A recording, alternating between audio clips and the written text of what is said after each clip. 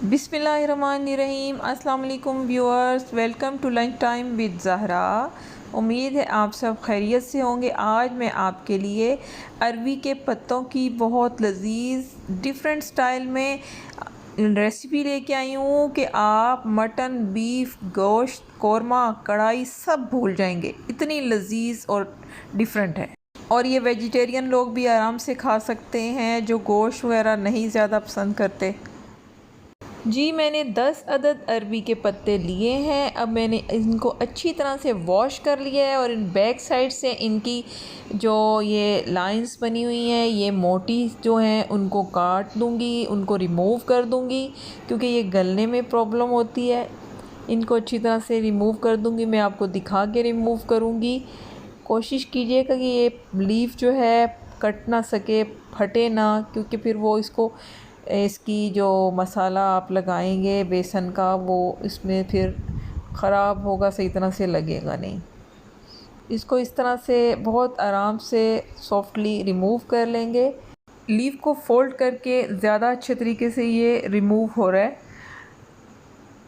इसका इस तरह से इसका कटने का भी ख़दशा कम है। बहुत एहतियात से इसको सॉफ्टली रिमूव करेंगे इस पार्ट को जो एक्स्ट्रा है। जी तो व्यूअर्स, सबसे पहले मैं आपको बताऊं कि मैंने 1 घंटा पहले 1 प्याली इमली भिगो के रख छोड़ी थी। अब मैं इसमें से तमाम गुठलियाँ रिमूव कर लूँगी। इसका पल्प जो है, इसमें और पानी मज़ीद ऐड करके फिर इसमें स्पाइसेस और बेसन भी ऐड करूँगी।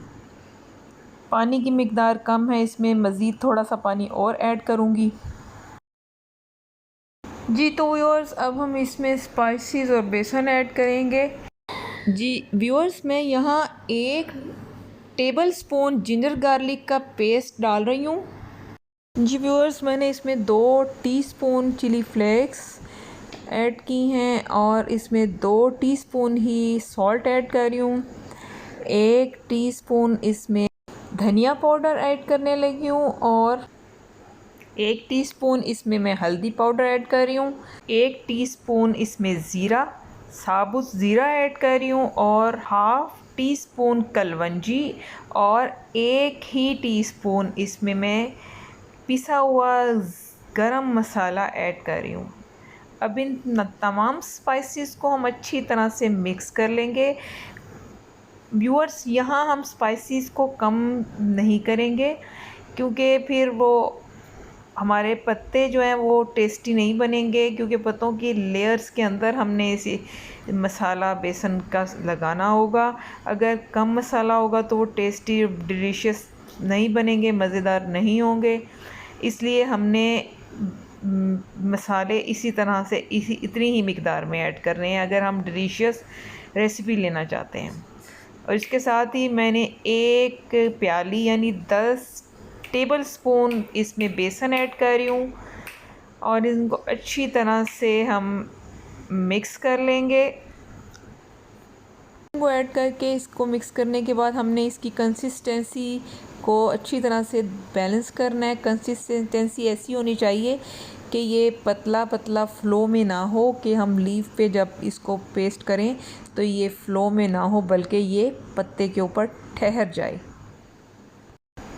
जी तो व्यूअर्स, आप इसकी कंसिस्टेंसी देख सकते हैं, ये थिक फॉर्म में है हमारे पास।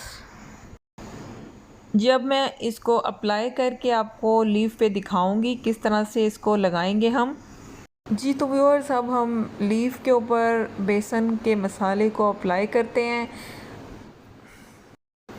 पूरे लीफ पे हम अच्छी तरह इसकी कोटिंग करेंगे, कोई जगह कोई स्पेस खाली नहीं छोड़ेंगे।